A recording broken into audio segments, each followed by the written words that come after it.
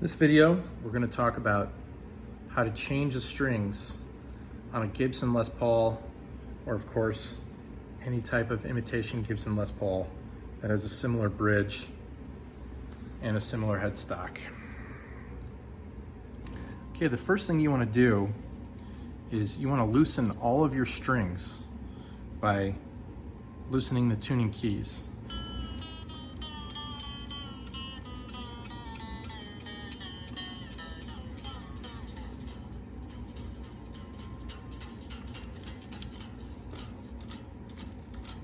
Get yourself a pair of long nose pliers that have wire cutters at the base.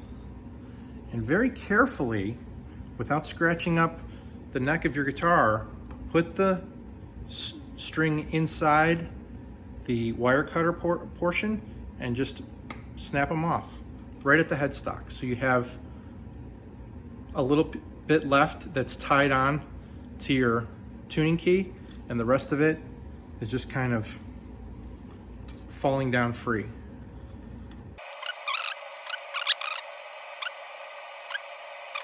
So the next thing you're going to do is you're going to hold all your strings in place, pick the strings up off of the bridge, and you can even take this piece out right here. So go ahead and take it out and push all of your strings out. Take them all out.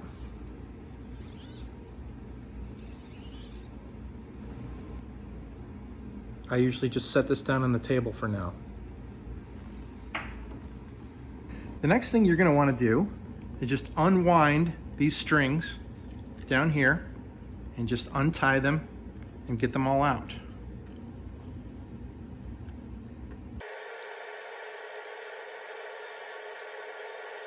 Now that you have your strings off, you might want to take this opportunity to dust your guitar and get all of the dirt off the fretboard.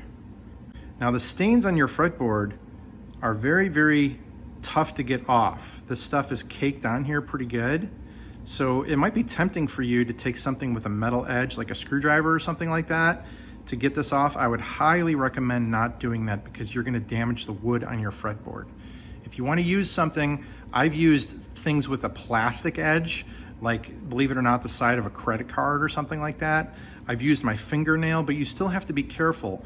But if you want to be sure to not mess up any of your fret inlays, like these pearl inlays, or to mess up the wood on your fretboard, just use good old-fashioned water on a rag and just scrub. Don't use any type of abrasives at all because you are going to ruin the wood. Okay, now that you have your Les Paul all polished up, you want to take this piece, put it back on, like so. And now you want to grab your set of strings. I have these D'Addario XL nickel wound starting with a 9 gauge right here. That's just what I prefer. And you take these out of the package. And the best thing about these strings, they are color coded. So you can see on here, it tells you what all the colors on this on your individual guitar strings, what strings they are. So going off of our colors here, you have your E, which is silver, and then you have silver end right here, and then you have your B string, which is whatever that is, pink, purple, I think it says purple, yeah. And you have one with a purple end, so you know which one is which. So it's really tough to make a mistake here when you have the color codes on the strings. That's something they started doing a long time ago, and they continue to do it because I think it helps people like it. So I'm going to take my first string here with the silver end, and I'm going to put it right in the bottom hole right here. Pull it all the way through. Put it back on. Pull it over your bridge, right there, and then we're going to attach it to the headstock. Now, attaching the string to the headstock is the part that takes the most amount of skill when putting guitar strings onto your guitar. So obviously, you're going to want to feed your guitar string into the first slit there in the nut, this white thing is called the nut. Now this is what I do. I was shown this by somebody at a music store a long time ago.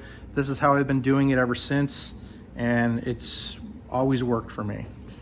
What I do is I take it and I go around clockwise around the tuning key and the headstock, and I go one full rotation around before I put it into the hole. Now that I've gone a full rotation, I'm going to thread the needle. And it's very important that when you put your string in, you want to put it above. So you want to pull these strings down with this finger so that when you put this in, you're going above the string, not below it. You're going above it, like that. Make sure that when the string comes out the other end of the needle, that it should be on top of the other part of the string. So what I do is I pull it all the way through, very tight like that, okay? Once I've got it tight, I can let it go because it sort of maintains its shape.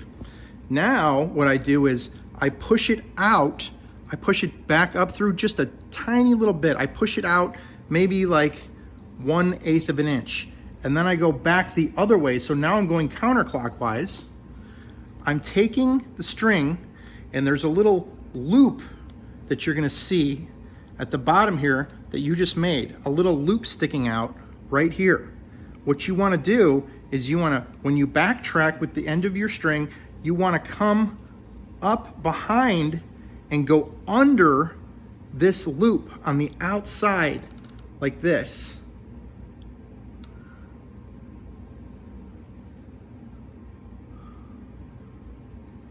Okay, so what you're essentially doing is you're making a knot in the string. So you're pulling it nice and tight, and then you pull it back, and then you wind it around one more time. Just really a half a rotation is all you need. And then you start to tighten your string. Now, any kinks that are in this knot down here, as you tighten your string, those kinks should come out, because everything is getting tighter and tighter and tighter, and you're gonna have a nice knot down here that is gonna keep your string in tune until it either breaks or it's time to be replaced. Now, the last thing you wanna do after you get your string on is you wanna take your wire cutters and you wanna cut the string so there's a little bit of a tag at the end, like maybe 1/4 to 1/8 of an inch of a tag on the end. But I like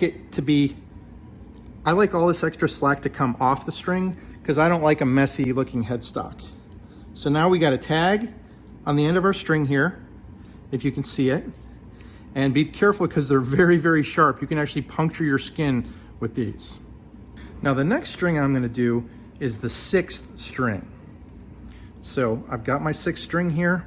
I'm gonna put it in the feed on the nut here. And now, instead of going clockwise like I did before, now on the top 3 tuning keys up here, I'm gonna go counterclockwise. So you can see things a little bit better because the string is thicker. What I'm gonna do is I'm going to go around one full time like this. I'm gonna hold it down with my finger, and then I'm gonna insert the end into this hole and make sure again that the string is going above my slack, not below it, but above it. I'm gonna pull it tight like this, pull it as tight as I can.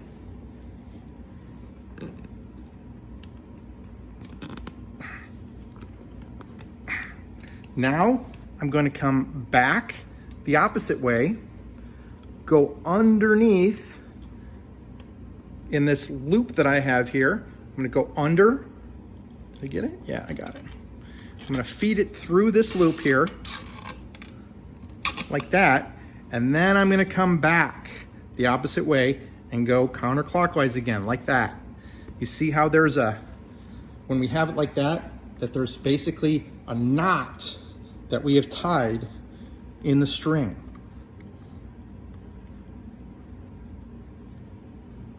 You guys see that? Now sometimes what you might want to do on these thicker strings, sometimes what I do on these thicker strings carefully is I take my long nose pliers very carefully, and I just pinch around without trying to damage the guitar. I pinch the string around the tuning key a little bit just to get some of that slack out, because the slack's gonna come out eventually anyway, but as the slack comes out, your string is gonna go out of tune, and you don't want that to happen, especially if you have a gig coming up soon.